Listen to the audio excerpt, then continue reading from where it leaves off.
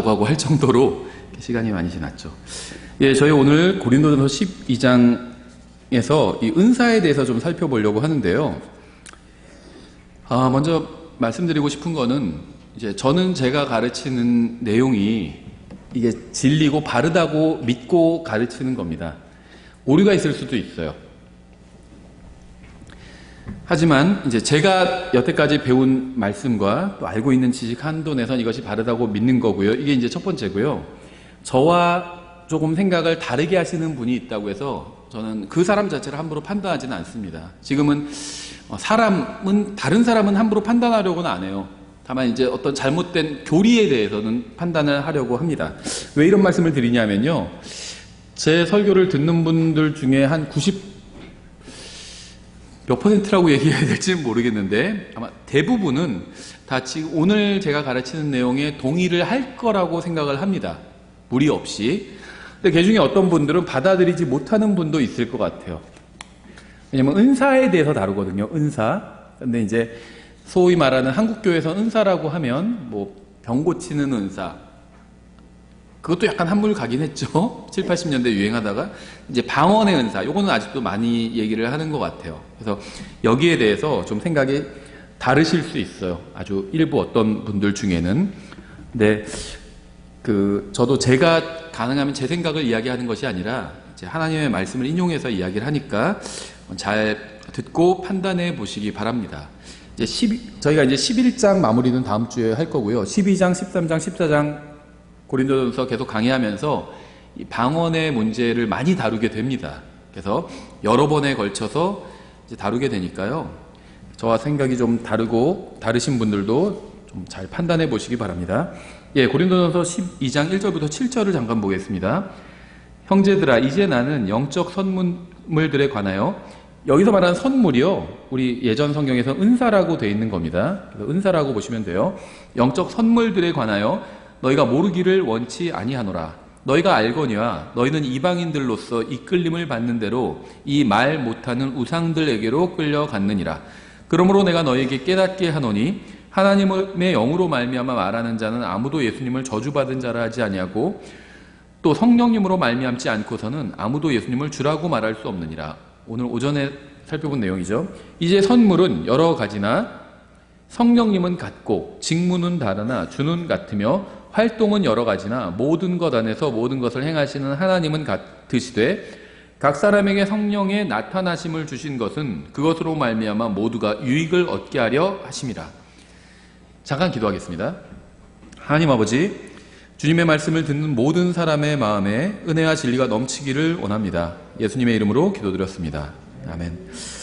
예, 이번 시간에 주님께서 믿는 사람들에게 주신 이 선물, 은사에 대해서 좀 살펴보려고 합니다. 성경은 이것을 이제 영적인 선물이다 이렇게 불러요. 영어로 기프트라고 되어 있습니다. 그래서 그냥 우리 흠정역 선물이라고 번역한 거예요. 근데 이것을 이제 보통 기독교계에서는 은사라고 얘기합니다. 저 사람은 참 은사가 있어, 은사가 없어, 너는 은사 받았니? 막 이런 얘기할 때 그 은사가 성경에선 기프트예요. 선물입니다. 예, 그래서 이것은 성령님께서 영적인 목적을 가지고 주신 선물이기 때문에 이제 영적인 선물이다, 우리가 이렇게 부르는 거고요. 야고보서 1장 17절 이렇게 되어 있죠. 모든 좋은 선물과 모든 완전한 선물은 위에서 빛들의 아버지로부터 내려오거니와 그분께는 변함도 없고 회전하는 그림자도 없느니라, 이렇게 말씀하고 있어요. 그러니까 모든 좋은 선물과 완전한 선물은 하나님 아버지께로부터 옵니다. 사람들은 서로 선물을 주기도 하고 받기도 하죠. 근데 완전하고 정말 좋은 선물은 하나님께로부터 온다는 겁니다. 그래서 하나님께서도 선물을 주시는데 이 하나님의 선물은 완전합니다. 하나님의 선물은 선한 하나님으로부터 선한 목적으로 오는 것입니다. 예, 각 선물의 이제 특징을 살펴보기 전에 우리가 좀 기억해야 될 사실이 있는데요. 이 그리스도의 몸인 교회에 속한 모든 그리스도인은 성령님께로부터 선물을 받았다는 겁니다. 다시 말하면 구원받은 모든 사람은 다 받은 은사가 있다는 거예요. 그래서 구원받은 모든 사람은 다 성령님의 선물을 받았는데 이제 그것을 자신의 유익을 위해서가 아니라 그리스도의 몸 전체의 유익을 위해서 쓰라고 받은 겁니다. 그래서 약간 개념이 다르긴 하지만 이 은사와 열매는 공통점이 있어요. 성령님께서 주신 은사, 그래서 성령님의 은사라고 부르죠. 성령님이 물론 쓰시기도 하지만 성령님께서 믿는 사람들에게 주시는 은사에서 성령님의 은사라고 부르고요. 또 성령의 열매는 성령님께서 믿는 사람 안에서 맺어주시는 열매이기 때문에 성령의 열매다 이렇게 부르는데요. 서로 다른 것이지만 공통점이 있는데 이 성령님께서 주시는 은사와 성령의 열매는 다 다른 사람을 위해서 주시는 겁니다. 나에게 주시기는 하지만 다른 사람을 위해서 나에게 주신 거예요. 열매를 맺으면 그 열매를 맺는 나무가 좋은 게 아니라 그걸 따먹는 사람들이 좋은 거죠.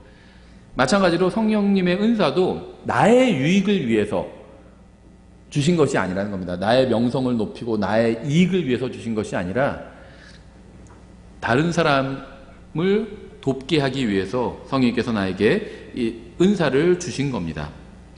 7절에 이렇게 되어 있어요. 각 사람에게 성령의 나타나심을 주신 것은 그것으로 말미암아 모두가 유익을 얻게 하려 함이라.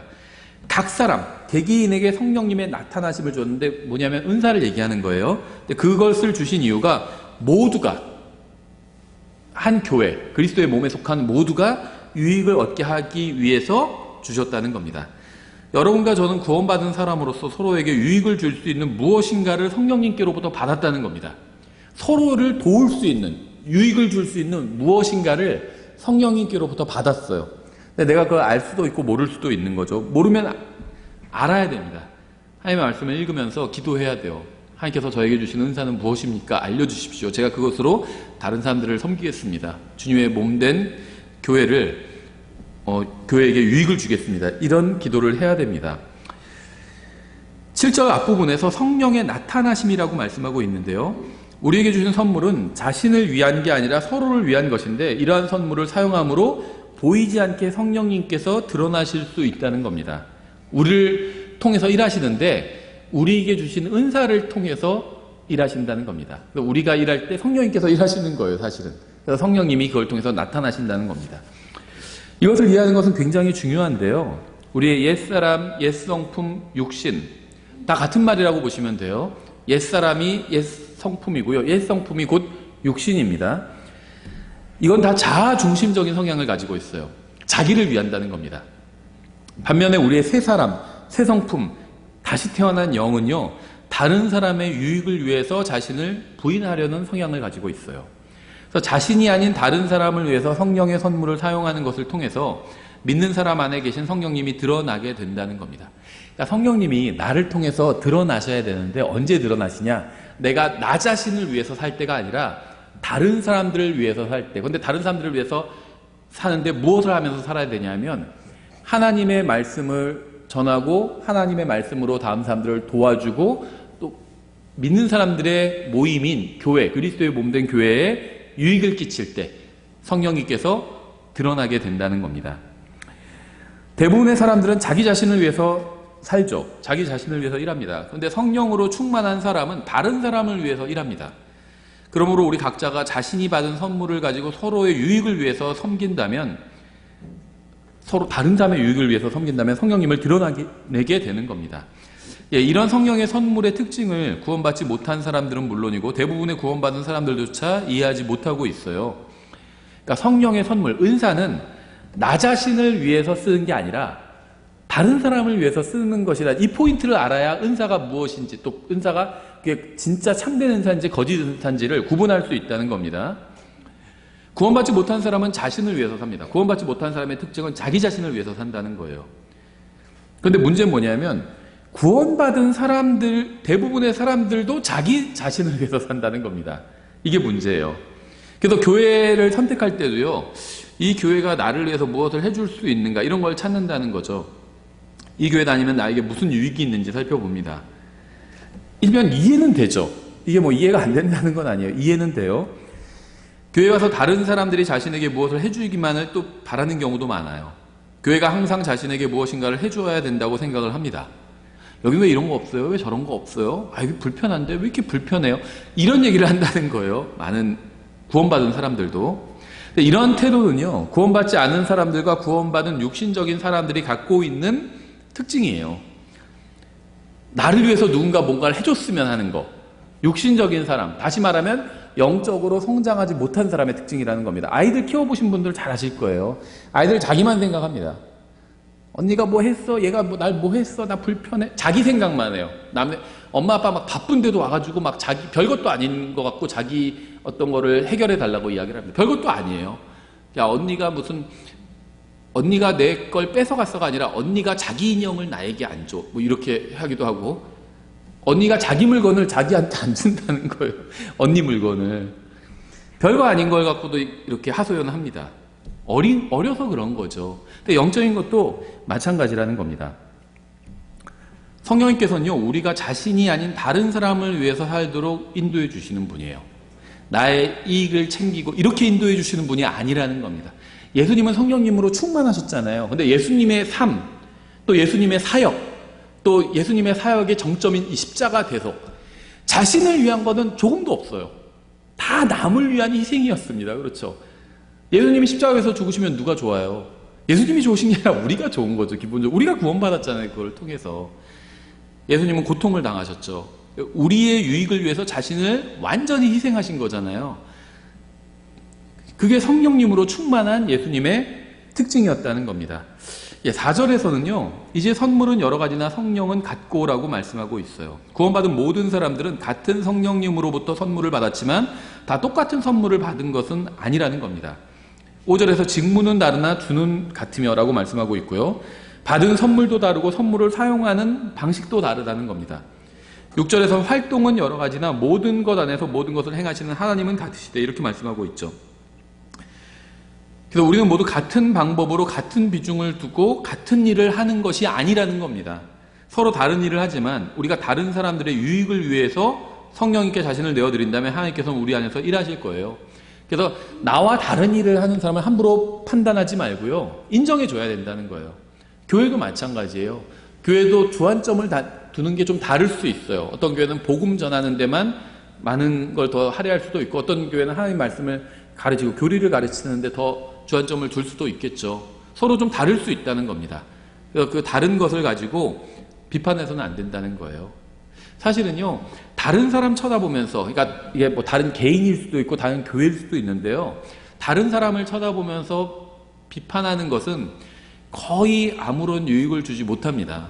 아까도 점심 때 잠깐 다른 분과 교제를 나눴는데요, 그리스도의 심판석에 우리가 서게 되죠. 구원받은 모든 사람은 그리스도의 심판석에 서게 되는데, 그때 우리는 각 사람이 자기 자신에 관한 걸 하나님께 보고하게 되거든요. 회개보고를 하게 됩니다. 하나님께서 그리스도의 심판석에서 다른 사람에 관한 것을 묻지 않으실 거예요. 다른 교회의 이야기도 묻지 않으실 겁니다. 나에 대한 것을 물으실 거예요. 나에 대한 것. 나에게 하나님께서 주신 게 있잖아요. 그것들을 내가 어떻게 썼는지, 시간과 내 힘과 재능과 또 은사와 재물과 내 인생, 이걸 어떻게 썼는지, 또 지능도 있을 수 있어요. 어떤 사람 지능이 더 높기도 하고 어떤 사람 지능이 더 낮기도 합니다. 그 좋은 머리를 어디에 썼는지, 어떻게 썼는지 그걸 물으실 겁니다. 다른 사람이 얼마나 비성경적으로 했는지 그걸 같이 주님과 얘기하면서 막 그런 시간이 아니라는 거예요. 그리스도의 심판석은. 그래서 다른 사람에 대해서는요, 거의 상관할 필요가 없어요. 저는 가능하면 우리와 독립침례 교회 내도요, 교리가 약간씩 좀 다른 부분이 있는데 그런 거에 대해서 거의 신경 쓰지 않습니다. 그냥 다른 교회나 다른 사람은 하나님께서 그 사람에게 시키신 일을 하는 거겠지, 이렇게 여기고 나에게 시키신 일만 집중하려고 해요. 다만 제가 그냥 넘어가지 않는 게 두 가지가 있는데, 복음과 성경이에요. 누군가 성경에 대해서 공격하고 잘못된 이야기를 한다면 그거는 그냥 넘어갈 수가 없어요. 그건 반드시 그 사람을 상대하는 게 아니라 그 잘못된 이야기를 저는 바로잡고 넘어갈 겁니다. 심지어 같은 독립침례 교회 내에서 누군가 얘기했다 할지라도 제가 그 사람에 대한 언급은 안 하지만 그 잘못된 그 발언은 제가 하나님의 말씀으로 정정하고 넘어갈 수밖에 없다는 겁니다. 복음에 대한 것도 마찬가지예요. 다른 교회에서 어떤 교리를 어떻게 가르치냐, 그건 저는 상관하지 않아요. 근데 복음을 왜곡하거나 비성경적인 어떤 복음을 가르친다면, 다른 복음을 가르친다면 같은 독립침례교를 할지라도 저는 이야기할 수밖에 없습니다. 바로 잡을 수밖에 없어요. 그건 아주 근본적인 것이기 때문에. 그래서 이 두 가지는 저는 간과하지는 않을 건데요, 그 외에 다른 것들, 우리와 좀 스타일이 다른 교회, 다른 데에 더 주안점을 두고 있거나 이런 것들은 상관하지 않습니다. 그냥 그 사람은 하나님께 자기가 받은 걸 하는 거고요. 우리는 또 우리가 하나님께 받은 걸 하면 되고 또 내 개인도 각자가 다 자신이 하나님께 받은 것을 하면 됩니다. 그래서 누가 무슨 방식으로 일하는지 그걸 놓고 다툴 필요가 없다는 겁니다. 서로 자기가 주님께 받은 사명이 있으면 그대로 하면 돼요. 다른 사람이 무슨 사명을 받았는지는 우리 모르잖아요. 그래서 그거는 참견할 일이 아니라는 겁니다. 우리가 고린도전서 12장을 통해서 배울 수 있는 것은요, 하나님께서는 우리에게 완전한 선물을 주셨기 때문에 우리는 구원받지 못한 사람들이 결코 할 수 없는 일을 할 수 있다는 겁니다. 이건 교회를 섬기는 사람들을 보면 분명히 알 수 있는데요, 복음을 전하러 나가는 것을 즐기는 사람은 사실은 거의 없어요. 쉽지 않은 일입니다. 자기를 희생해야 되는, 자기의 시간도 희생해야 되고요, 감정도 희생해야 돼요. 복음 전하면 사람들이 와 정말 훌륭한 일을 하시네요, 이런 반응을 보이는 경우는 거의 없거든요. 있긴 있어요. 전도지 나와주고 복음 전하는데요, 누가 막 음료수 사오시는 분도 있어요. 수고하신다고. 근데 그거는요 정말 아주 드물어요. 그걸 기대하면 안 돼요. 그건 정말 아주 가끔인, 뭐 1년, 몇 년에 한 번 있는 일이고요, 몇 년도 아니에요, 10년에 한 번 있는 일이고요, 거의 대부분은 욕합니다. 욕해요. 그럼 욕을 먹어야 되죠. 내가 복음 전하는데 누가 날 욕한다고 해서 내가 같이 욕하고 싸우지는 않아요. 그냥 욕하면 그냥 들어요. 거기에 대해서 뭐라고 안 합니다. 저 사람은 왜냐하면 이게 쓸데없는 짓이라고 생각하기 때문에 욕하는 거고요, 남한테 피해를 주는 일이라고 생각하기 때문에, 전도지를 나눠주고 이런 것이 다른 사람에게 피해를 주는 일이라고 생각하기 때문에 욕하는 것이고, 나는 이게 피해가 아니라 오히려 다른 사람에게 엄청난 유익을 주는 일이라고 생각하기 때문에 하는 거죠. 욕해도 그냥 그건 그 사람 생각이니까 더 이상 상관하지 않습니다. 다만 감정이 좀 상할 수는 있죠. 그래서 복음을 전하러 나가면요, 시간도 희생을 해야 되고요, 감정도 희생을 해야 됩니다. 희생을 하는 거예요. 주님을 섬기기 위해서. 내주하시는 성령님을 힘입어서 하는 거죠. 우리 안에 거하시는 전능하신 하나님께서 구원받지 못한 사람이 하지 못하는 일을 하도록 우리를 도와주십니다.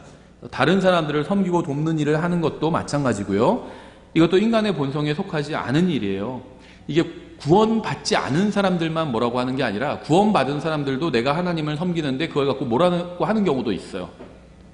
많이 봤습니다. 교회 내에서도, 독립침례교회에서도 너무 많이 봤어요. 예를 들기가 어려울 정도로. 예를 들면요, 교회에서 열심히 일하면 사람들이 와, 저 형제는 참 열심히 일해, 저 자매는 열심히 일해, 참 감사하다, 우리 교회에서 참 열심히 주님을 섬기니까 감사하다, 이렇게 생각하면은 좋은데, 이게 우리가 생각할 때 이상적인 마인드잖아요. 그게 누군가 주님을 열심히 섬기면 아 참 감사하다, 그런 반응이 나오는 게 아주 정상적이죠. 근데 그러지 않은 경우가 너무 많아요. 참, 자기만 저거 할 줄 아나? 자기 드러내려고 하는 거지. 이런 비판을 하는 경우가 너무 많아요. 독립침례교회 내도요. 너무 안타까워요. 그래서 물론 자기는 이제 비판이 아니라 잘못을 지적하는 거다 이렇게 생각할지는 모르지만, 자기는 분별하는 거다 이렇게 생각할지는 모르지만, 사실은 비판이에요. 얘기를 들어보면 시기고 대부분이. 그래서 교회 내에서도 주님을 섬기는데 감정을 희생해야 되는 경우가 있습니다. 내가 사람에게 잘 보이기 위해서 섬기는 게 아니잖아요. 주님의 몸된 교회를 돕기 위해서 섬기는 거잖아요. 지역교회에서도 열심히 일하는 거잖아요. 근데 그걸 누가 비판하고 시기하고 욕해요. 근데 그걸 감수하는 분도 있어요. 그래, 저 사람 아직 그냥 저 사람이 육신적으로 봐서 그렇게 하는 거지, 내가 저거에 다 일일이 대응할 필요가 없다, 이렇게 판단하시는 분들이 있습니다. 잘하시는 거죠. 희생한 거예요, 자기 감정. 맞서 싸울 수도 있어요. 아니, 자매님은 아무것도 안 하고 내가 주님 섬기는데 왜 그걸 갖고 뭐라 그래요? 이렇게 싸울 수도 있지만 안 싸우고 희생하는 거예요, 감정을.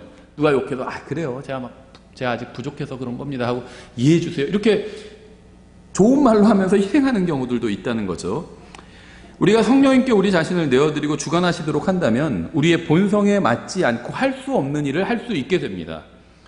소심한 사람은 담대하게 복음을 전할 수 있게 되고요, 이기적인 사람은 다른 사람들을 또 도와줄 수 있게 되고요, 물질적인 것에만 관심을 갖던 사람은 선교사에게 관심을 갖게 됩니다. 왜냐하면 하나님께서 우리 안에서 일하시기 때문이에요. 이게 이제 은사의 목적이라는 겁니다. 그래서 이런 얘기를 하고 있는 거예요. 하나님께서 우리가 모두 똑같아지게 하기 위해서 성령님을 주신 건 아닙니다. 동일한 성령님을 주셨지만 성령님의 은사가 다양해요. 그래서 다양한 방식으로 섬기게 하기 위해서 그렇게 하신 거예요. 주님께서는 우리에게 같은 성령을 주셨지만 우리는 모두 서로 다른 하나님의 작품입니다. 성령님 안에는요, 다양함이 있어요. 다양성이 있어요. 이 온 세상이 하나님의 작품이잖아요. 물론 사람들이 지금 많이 다 망쳐놨지만, 온 세상이 기본적으로 하나님의 작품인데, 다양하잖아요, 정말. 막 무궁무진하고. 그렇죠. 그러니까 하나님 안에는 엄청난 다양성이 있습니다. 그래서 하나님께서는 그 다양성을 은사에 반영해서 사람들에게 나눠주셨다는 겁니다. 우리가 이걸 인정할 수 있어야 된다는 거예요. 나와 다른 사람. 저 사람은 하나님께 저걸 받아서 저렇게 섬기는 거야. 나는 또 내가 이걸 받았으니까 하나님을 이렇게 섬기는 거야. 이게 있어야 된다는 겁니다. 다 똑같을 수가 없다는 거예요. 우리는 각자 다양한 방법과 선물로 서로를 섬기고 주님을 섬기지만 서로에게 유익을 끼치려는 같은 목적을 가지고 있다는 겁니다. 또 이게 은사의 목적이라는 거예요. 우리는 모두 구원받지 못한 사람들에게 복음을 전해야 되죠. 하지만 복음을 전하는 모든 사람들이 다 같은 구절을 인용하고 같은 표정, 같은 목소리, 같은 방식으로 얘기하는 건 아닙니다. 복음을 다른 식으로 전할 수도 있어요. 왜냐하면 사람마다 다르거든요. 어떤 분은요, 복음 전할 때 항상 창조부터 시작해야 된다고 그래요. 그럴 수도 있죠. 창조자 자체를 거부하는 사람들이 있어요. 그럼 창조부터 시작해야 돼요. 근데 창조자의 존재는 받아들이는 사람도 있어요. 그래, 뭐 그건 받아들이겠어. 그럼 거기 창조부터 시작할 필요가 없어요. 그걸 받아들이니까. 그 다음을 나가면 됩니다. 최근에 저도 복음을 누군가에 전했는데요. 하나님 존재도 어느 정도 인정해요. 하나님 앞에서 내가 죄인이란 것도 인정합니다. 근데 대속을 받아들이지 않아요. 그게 마음으로 아직 이렇게 와닿지가 않는데요. 그러니까 다시 말하면 사실은 믿고 싶지 않다는 거예요. 아직은. 그렇게 지금 막 심각하게 그게 여겨지지 않는다는 겁니다. 그럼 그분은 거기서부터 얘기를 다음에 만났을 때 또 시작해야 되죠. 사람마다 다르다는 겁니다. 복음을 전하는 데서 방식도 다르고 성경 구절도 다를 수밖에 없다는 거예요. 성경을 가르치는 것도 마찬가지인데요. 어떤 사람들은 창세기부터 시작해서 가르쳐야 된다 이렇게 주장하는 사람도 있고요. 어떤 사람들은 핵심 교리부터 가르쳐야 된다 이렇게 주장하는 사람도 있습니다. 어떤 분들은 주제 설교를 해야 된다 주로 이런 분들도 있고요. 어떤 분들은 강해 설교를 해야 된다 이런 분들도 있어요. 저는 주로 강해 설교를 하고 가끔가다 주제 설교를 합니다. 기본적으로 저희 교회는 강해 설교 위주예요. 그게 더 큰 유익을 준다고 저는 생각하고 있거든요. 그렇다고 해서 주제 설교만 하시는 분이 잘못됐다 그렇게 생각하지는 않아요. 필요합니다. 주제 설교도. 하나님께 각자 받은 게 다른 것 뿐이죠. 성경을 모르는 사람에게 성경을 가르치는 게 중요하죠. 우리는 모두 똑같은 방식으로 일을 하는 것은 아니지만 성경을 모르는 사람에게 성경을 가르치는 일을 해야 합니다. 목회자의 경우엔 그게 주제 설교건 강해 설교건 성경을 가르치는 일을 하면 된다는 거죠. 8절에 이렇게 되어 있어요. 어떤 사람에게는 성령을 통하여 지혜의 말씀을, 다른 사람에게는 같은 성령을 통하여 지식의 말씀을. 여러분이 구원받았다면 여러분은 모두 다 같은 선물을 가지고 모두 다 선물을 가지고 있어요. 은사가 있는 겁니다. 은사가 없는 사람은 없어요. 은사가 있습니다. 그 은사로 주님을 섬기는 거예요. 그래서 내가 주님을 섬길 만한 무엇인가는 있다는 겁니다. 자신이 받은 선물이 무엇인지 모를 수 있고 다른 사람이 받은 선물을 부러워할 수는 있지만 구원받았다면 모두 다 선물을 받았어요. 이 구원, 침례, 선물, 예언 다 성경에 나오는 말들이죠. 그런데 이런 성경에 나오는 말들을 성경과는 다르게 전혀 엉뚱한 의미로 사용하는 사람들이 있어요. 그래서 우리가 좀 주의해야 되고 그래서 이제 성경을 바르게 가르치고 바르게 배워야 되는 거죠. 예를 들면 예언이란 말은 성경에 나오는 말이죠. 그런데 예언 기도 이런 말 예언도 성경에 있고 기도도 성경에 있는데 예언 기도는 성경에 없어요. 사람들이 만든 겁니다. 예언 기도를 해준다고 하면서 점쟁이들이 하는 것과 같은 일을 하는 사람들이 있어요. 성경이 말하는 예언은요, 온 세상의 운명, 그다음에 개인의 영원한 운명, 여기에 관해서 성경이 예언하는 겁니다. 길흉 화복을 점치는 게 아니에요. 그건 성경이 엄격하게 경고하고 있습니다. 개인의 운명과 온 세상의 운명, 민족의 운명을 예언하고 있어요, 성경은. 그런데 민족의 운명과 온 세상의 운명은 변하지 않아요. 바뀌지 않는다는 겁니다. 정해져 있어요. 개인의 운명은 바꿀 수 있어요. 하나님의 선물을 받아들이면 운명이 바뀔 수 있다는 겁니다. 하나님의 말씀을 받아들이면 바뀔 수 있어요. 근데 기륭화복을 점치는 것, 예언기도를 올해 뭐 취업을 할까요 말까요, 어느 대학에 갈까요 말까요, 이런 것들, 점쟁이에게 요구하는 것들, 이런 걸 예언기도라는 명목으로 목사에게도 요구하는데요. 이런 거는 비성경적인 거죠. 성경이 말씀하시는 예언이 아니라는 겁니다. 고린도전서 12장 8절도 마찬가지인데요. 여기서 말씀하고 있는 지혜의 말씀은요, 제멋대로 지어낸 이야기나 뭐 갑자기 떠오르는 것, 머릿속에 떠오른 그런 게 아닙니다. 은사주의자들 중에는요, 아무거나 마음 내키는 대로 이야기하고서 그것이 바로 지혜의 말씀이라고 하지만 전혀 그렇지 않아요. 성경에서 말씀하시는 지혜의 말씀은요, 무슨 뭐 로또를 살 때 무슨 수를 선택해야 되는지, 아니면 무슨 색의 차를 사거나 뭐 어느 지역에 있는 집을 사야 되는지, 이런 게 아니라는 겁니다. 이러한 것들은 성경에서 말씀하시는 지혜의 말씀이나 예언과는 전혀 관련이 없어요. 저는 우리나라에 하나님을 사랑하는 목사들이 많이 있다고 생각을 합니다. 그런데 하나님의 말씀을 지혜롭게 바른 지식으로 가르침으로 회중이 진리의 말씀을 온전히 깨달아 알 수 있도록 가르치는 이 선물을 받은 목사는 많지 않다고 생각해요. 그러니까 목사는 성경을 가르치는 은사를 받은 사람이거든요. 근데 그런 사람들이 많지 않다고 생각합니다. 저는 다른 목사들을 비평하고자 하는 건 아니에요. 다만 모든 사람들이 다 지혜의 말씀을 선물로 받지는 않았다는 점을 말씀드리는 겁니다. 하나님의 말씀을 잘 가르치는 것, 이게 지혜의 말씀이에요. 모든 구원받은 사람들은 성경을 읽어야 합니다. 신실하고 지속적으로 하나님의 말씀을 연구해야 합니다. 읽고. 구원받은 모든 사람은 성경을 연구하라는 명령을 받았습니다. 모든 그리스도인이 성경을 연구해야 한다는 데는 의문의 여지가 없어요. 그런데 하나님께서는 그리스도의 몸 안에 있는 몇 사람들에게 지식의 말씀을 선물로 주셔서 성경을 더 명확하게 알게 해주셨어요. 모든 그리스도인이 지식의 말씀을 선물로 받은 것은 아니라는 겁니다. 모든 그리스도인이 열심히 성경을 읽고 연구해야 되지만 특별히 더 지식의 말씀의 은사를 받은 사람들이 있어요. 특히 교회사에도 그런 분들이 있고요. 지금 저희가 가지고 있는 성경 지식도 그런 분들의 전수해 준 것들이에요. 성령님께서 그런 그러니까 성령님께서 어떻게 일하시냐면 하나님의 말씀을 통해서 기본적으로 일하시는데 성령님께서 주신 은사를 통해서 일하신다는 겁니다. 그런데 지혜의 말씀 혹은 지식의 말씀, 정확한 교리를 알게 하는 것이 지식의 말씀이겠죠.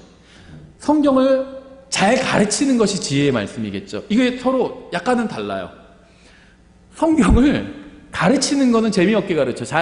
그러니까 이해가 되게 가르치거나 이러진 못하는데 교리를 아주 분명하게 구분하는 분들이 있어요. 예를 들면 뭐 라킨 같은 클라렌스 라킨 100년 전에 성경교사죠. 지식의 말씀의 은사를 받았던 분이에요. 그러니까 성경 교리를 아주 분명하게 구분을 해주고 있습니다. 바른 교리들을 아주 차곡차곡 잘 정리를 해주고 있어요. 근데 이분이 막 성경을 막 재미있게 가르쳤는지 그건 몰라요. 근데 책을 보면은 그렇게 막 재미있지는 않아요. 근데 책은 그럴 수밖에 없죠. 잘 모른다는 겁니다. 그러니까 약간 다를 수 있다는 겁니다. 그 은사가 서로 그렇게 좀 다를 수 있다는 거예요. 다시 말하면 모든 구원받은 사람들이 성경을 잘 가르칠 수 있는 것은 아니라는 겁니다. 성경을 다 읽고 연구해야 되지만 성경을 잘 가르치는 것은 또 은사를 받은 사람이 그렇게 한다는 거예요. 그래서 하나님께서는 그리스도의 몸에 속한 사람들에게 성경을 가르치시기 위해서 성경을 가르칠 수 있는 선물을 몇 사람들에게 주셨다는 겁니다. 그러면은 만약 누군가가 성경을 잘 가르칠 수 있는 은사를 받았다면 그 사람 밑에서 성경을 배우기만 하면 되냐? 그건 아닙니다. 배워야, 하나님께서 제가 성령님께서 일하실 때 성령님의 은사를 통해서 일하신다고 말씀드렸죠. 그럼 성령님께서는 성경을 가르칠 수 있는 은사를 어떤 사람들에게 주십니다. 그 사람들이 성경을 가르치겠죠. 그런데 앉아서 그 밑에서 배우기만 하면 되는 것이 아니라 내가 하나님의 말씀을 읽으면서 이 말씀으로 다 분별을 해야 됩니다. 이 사람이 바르게 가르치고 있는, 하나님의 말씀으로 분별하는 건요, 무슨 뭐 이단이나 잘못된 사람들만 분별하면서 이단이 얼마나 잘못됐는지 성경으로 찾아서 보여주고 이것만 하는 게 아니라 바르게 성경을 가르치는 바른 교회, 바르게 성경을 가르치는 바른 성경 교사의 가르침도 하나님의 말씀으로 분별해야 돼요. 그 어느 것도 예외가 될 수 없어요. 성경으로 모든 것을 분별해야 됩니다. 내가 바르게 성령님의 가르치는 은사를 받은 바른 목회자 밑에서 성경을 배워도 그 사람이 가르치는 걸 성경으로 내가 읽으면서 다시 분별을 해야 된다는 겁니다. 그래야지 오류에 빠지지 않을 수 있어요. 절대 그냥 내어줘서는 안 돼요.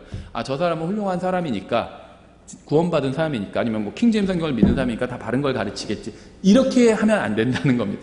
다 하나님의 말씀을 확인해 봐야 돼요. 오늘 이런 걸 내가 교회에서 들었는데, 배웠는데 이게 정말 맞는 건지, 그래서 성경을 열심히 읽어야 돼요. 쭉 읽으면서 혹시 잘못된 게 없는지 확인해 봐야 된다는 겁니다. 예, 이 지식의 말씀이나 지혜의 말씀에서 말씀은 항상 성경을 의미합니다. 하나님의 말씀이 성경에 다른 것을 의미하는 경우는 한 번도 없었어요. 은사주의 설교자들 중에는요, 이런 식으로 하는 사람들이 있어요. 예를 들면 하나님께서 지금 저에게 말씀을 주고 계십니다.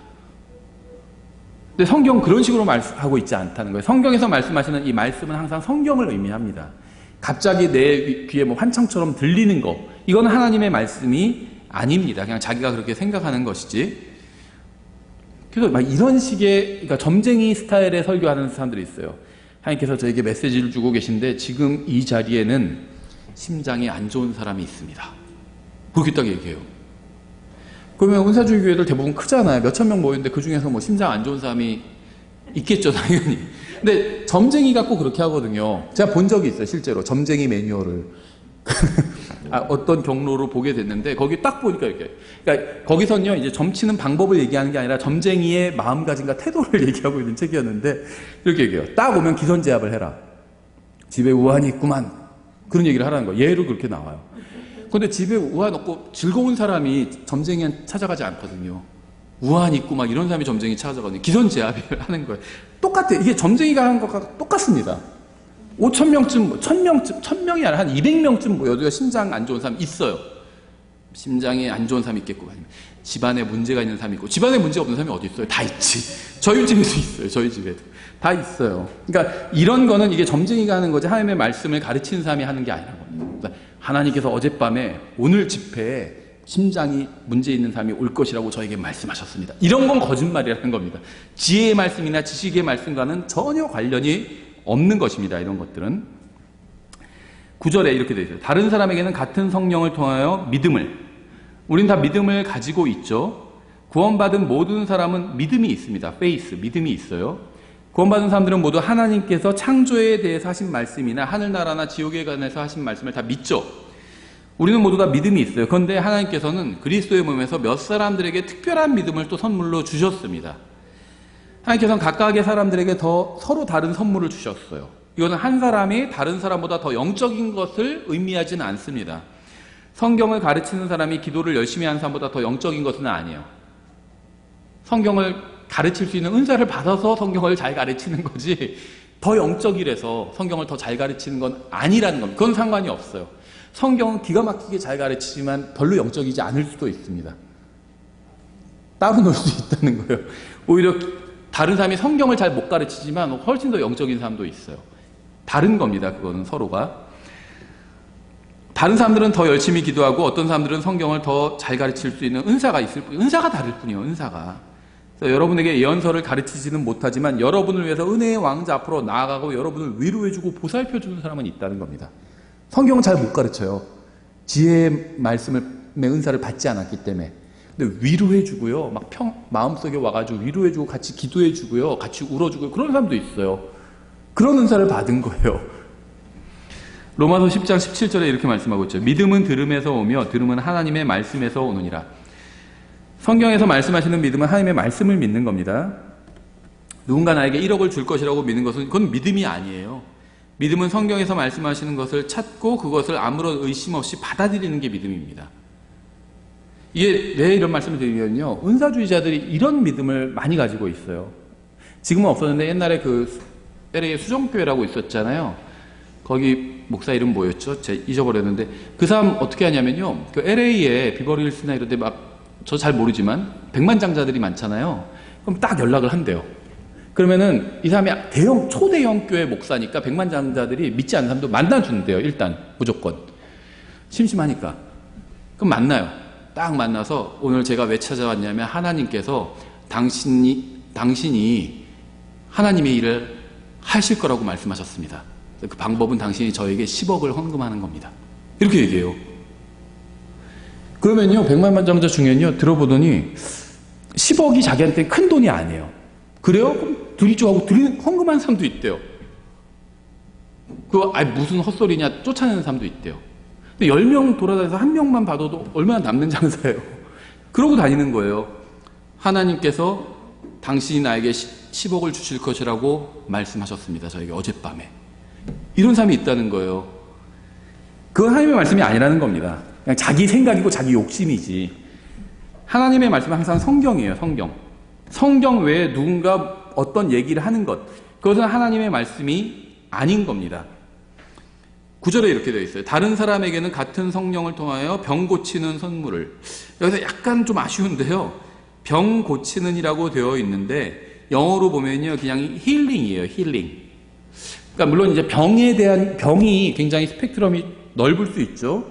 근데 그러니까 육체만 고치는 걸 의미하는 게 아니에요. 여기서 말하는 고치는 힐링의 은사는 마음도 포함이고요. 고치는 걸 다 포함하고 있는 겁니다. 자꾸 병 고치는 것, 이 육체의 어떤 질병을 고치는 것만 생각한다면 이 구절을 다 이해할 수가 없어요. 교회에 필요한 게 뭘까요? 깨어진 관계를 치료해주는 일. 이것도 힐링의 은사를 받은 겁니다. 깨어진 마음과 생각과 삶을 치유해주는 사람들이 필요해요. 도와주고, 서로 부부가 위기인데 그걸 중간에서 도와주고, 다시 화해할 수 있도록 도와주고, 그것도 힐링, 가정을 고쳐준 거죠. 하나님께서 완전히 망가진 사람들을 고치는 선물을 몇 사람들에게 주셨습니다. 그래서 본문에서 말하는 이 고치는 선물, 힐링은 병 고치는 은사만을 말하는 건 아니고요. 아무리 고치는 선물을 받았다 할지라도 다운 증후군을 고칠 수는 없죠. 그렇죠? 그래서 꼭 병 고치는 은사만 말하는 건 아니라는 겁니다. 오늘날 병 고치는 은사를 가지고 있다고 주장하는 사람들이 있는데요. 실제로 병을 고칠 수 있는 사람은 사실 본 적이 없어요. 왜냐하면 사실은 이 은사 중에서 기적에 속하는 은사들이 있습니다. 병 고치는 것, 다음에는 방언을 하는 것. 이게 기적에 속하는 은사인데요.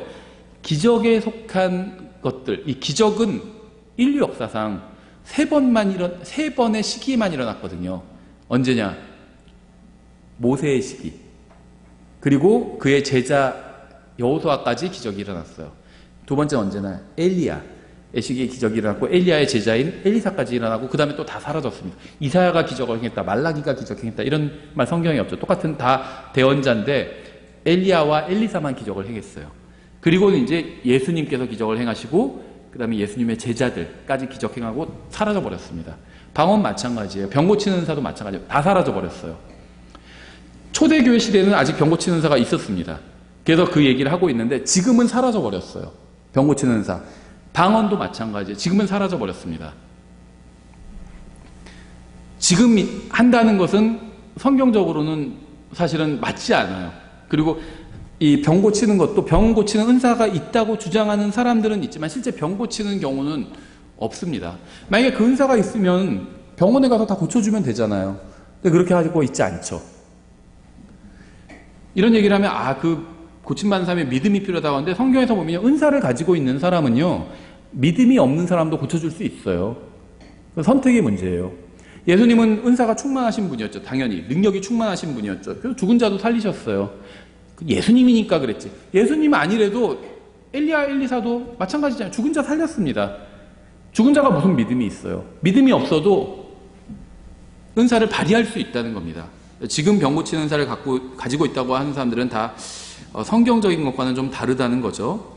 그래서 모든 사람이 다 같은 선물을 받은 것은 아닙니다. 목사가 모든 선물을 받은 것도 아니고요. 구원받은 모든 사람은 다 선물을 받았어요. 은사를 받았습니다.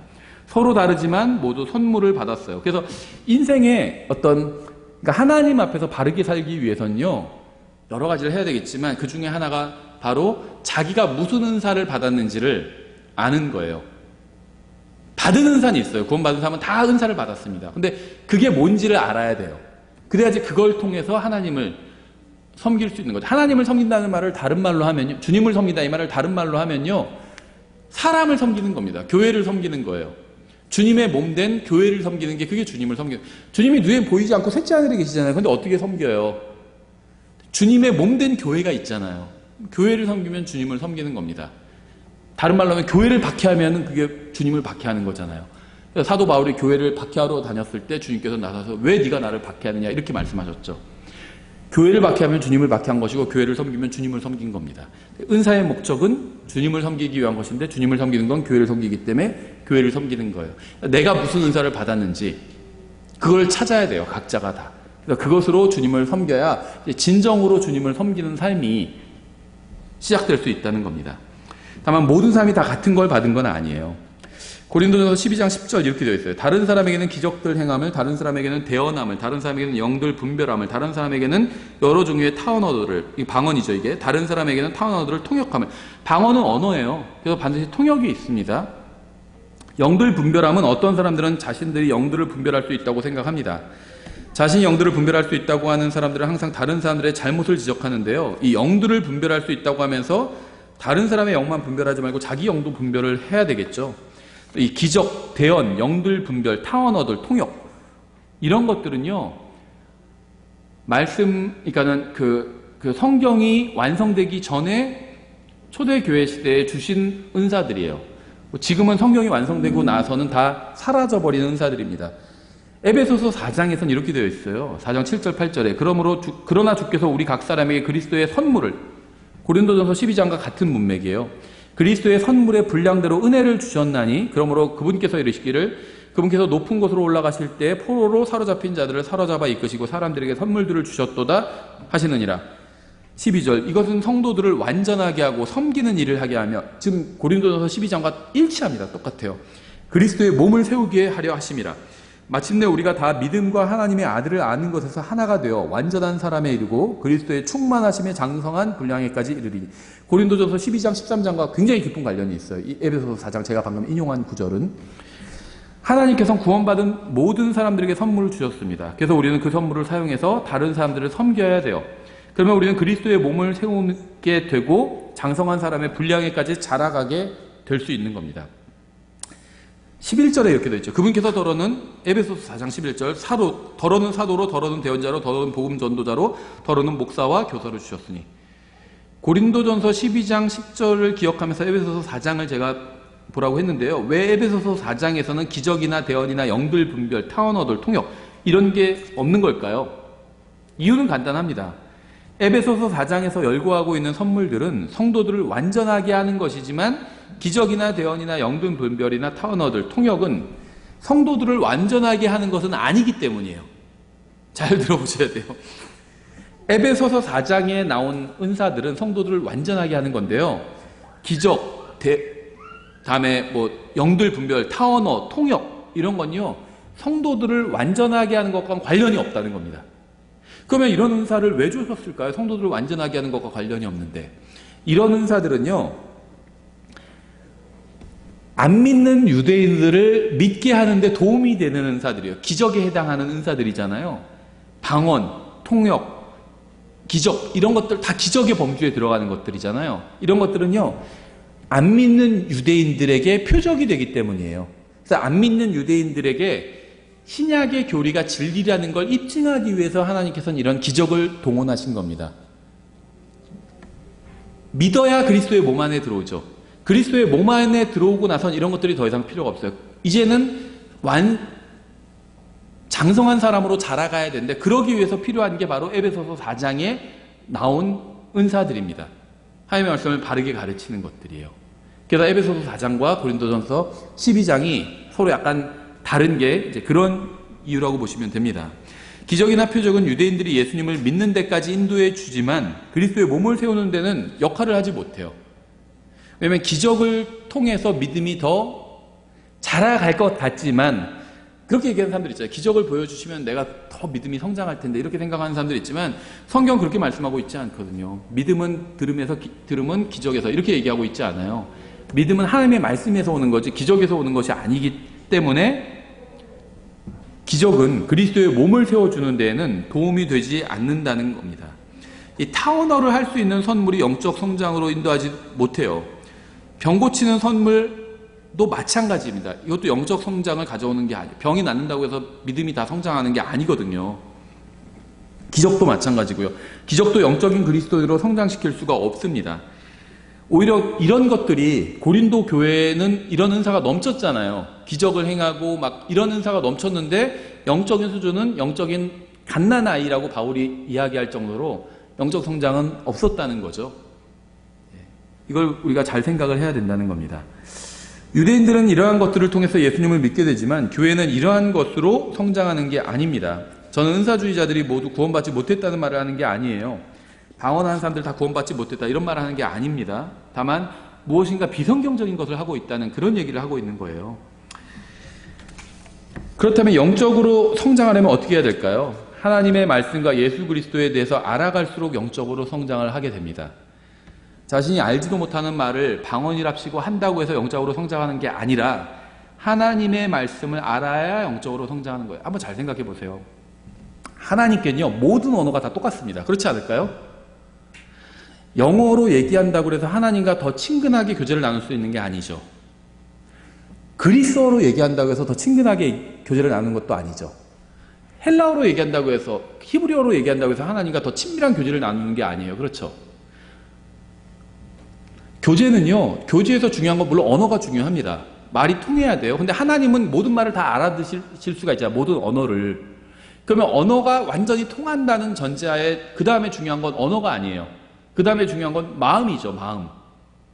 하나님 앞에서 하나님을 사랑하고요. 그러면 교제가 통해요.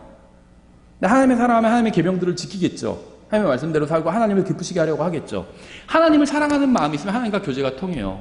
말은 의미가 없어요. 내가 영어로 기도한다고 해서 하나님께서 더 잘 들으시는 게 아니죠. 만약에 천사의 언어가 있다면 내가 그 천사의 언어로 기도한다고 해서 하나님께서 더 들어주시는 게 아니라는 겁니다. 의미가 없어요. 하나님께는. 언어는 의미가 없습니다. 하나님께. 그렇죠. 방언 기도를 해야 무슨 성령 기도고 이런 말은요, 성경에 안 나오는 말이에요. 어떤 랄랄라 뚜뚜뚜 뭐 그런 것뿐만이 아니라 어떤 특정한 언어로 기도한다고 해서 하나님께서 더 들으실까요? 내가 하나님 앞에서 마음이 바르지 않아요. 그런데 내가 어떤 언어로 기도한다고 해서 하나님께서 날 받아주실까요? 전혀 그렇지 않죠.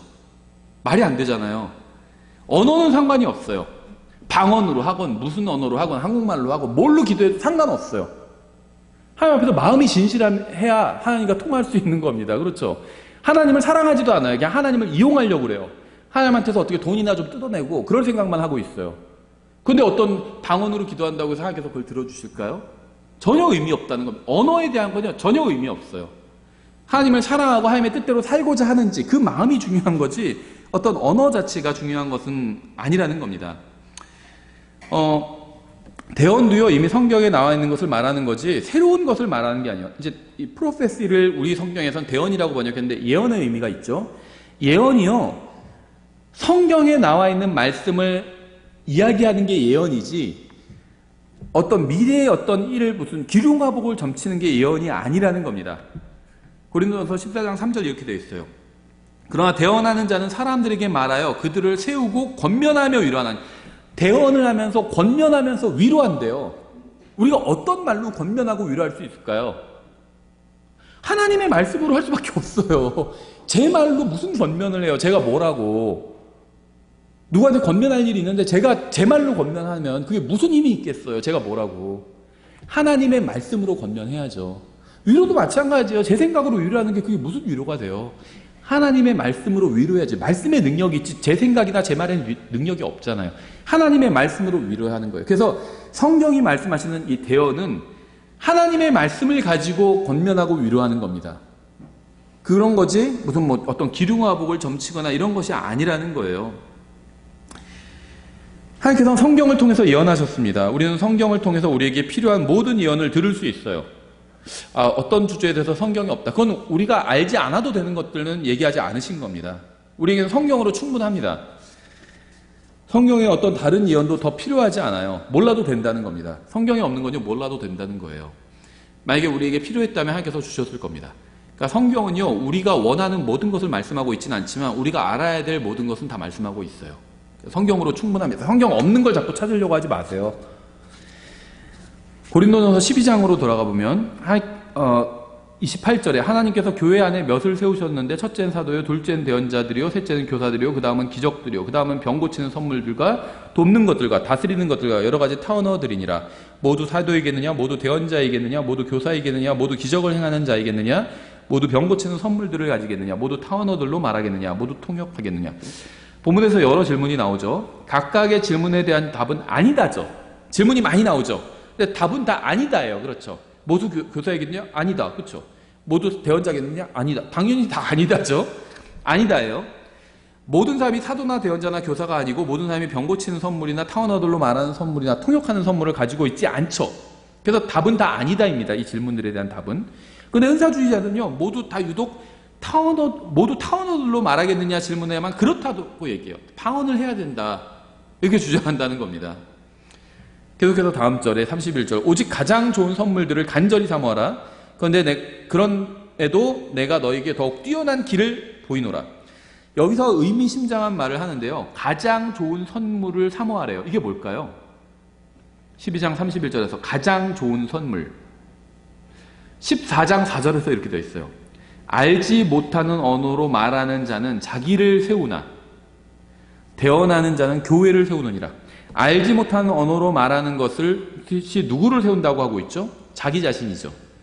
성령의 선물의 목적이 무엇이죠? 다른 사람을 세워주는 거죠. 고린도서 14장 5절 이렇게 되어 있어요. 나는 너희가 타언어들로 말하기를 원하되 차라리 대언하기를 원하노라. 타언어들로 말하는 자가 통역하여 교회가 세움을 받게 하지 아니하면 대언하는 자가 그보다 더 나으니라. 이제 형제들아, 내가 너에게 나아가 타언어들로 말하고 계시나 지식이나 대언이나 교리로 너에게 말하지 아니하면 너에게 무슨 유익을 끼치려? 무엇이 더 중요한지 지금 얘기하고 있는 거죠. 12절 계속해서 14장 12절. 이와 같이 너희도 영적 선물들에 열심히 있은즉 교회를 세우는 일에 너희가 뛰어날 것을 구하라. 19절. 그러나 교회에선 내가 알지 못하는 언어로 만마디 말을 하느니 차라리 이해하면서 5마디 말을 하며 내 목소리로 다른 사람들도 가르치리라. 더 나은 것은요, 자기 자신을 위하는 게 아니라 교회를 위하는 게 더 나은 것입니다. 결국에 더 나은 것, 더 나은 은사. 자기 자신이 아니라 교회를 위한 것. 각자 자신이 받은 선물로 자신을 섬기는 게 아니라 교회를 섬기는 거예요. 이게 더 나은 거예요. 그것이 무엇이든 간에 나의 유익과 나의 기분 좋은 것이 아니라 교회를 위한 것. 그 은사가 더 좋은 은사라는 겁니다. 우리는 지금까지 성령님의 선물에 대한 기본적인 것만, 아주 기본적인 것만 살펴봤는데요. 하나님께서는 구원받은 모든 사람에게 선물을 주셨습니다. 은사를 주셨어요. 우리는 이 은사를 가지고 주님과 다른 사람들을 섬겨야 합니다. 우리는 인생이라는 기회를 받았습니다. 이 기회는 금방 지나가 버려요. 하지만 우리는 아직 이 기회를 모두 다 사용해 버리진 않았죠. 아직 살아있는 동안 여러분이 주님께 받은 것으로, 여러분이 가지고 있는 것으로 주님과 다른 사람들을 섬기시기 바랍니다. 그래서 주님께 회개 보고하는 날 걱정과 근심과 두려움이 아닌 기쁨과 평안한 마음으로 주님을 뵙게 되기를 바랍니다. 기도하겠습니다. 하나님 아버지, 주님께서 주신 말씀으로 인해 감사드립니다. 저희가 이 세상의 일시적인 것들의 마음을 빼앗기지 않고 주님의 말씀을 붙들고 영원을 바라보며 살 수 있도록 도와주시기 원합니다. 예수님의 이름으로 기도드렸습니다. 아멘.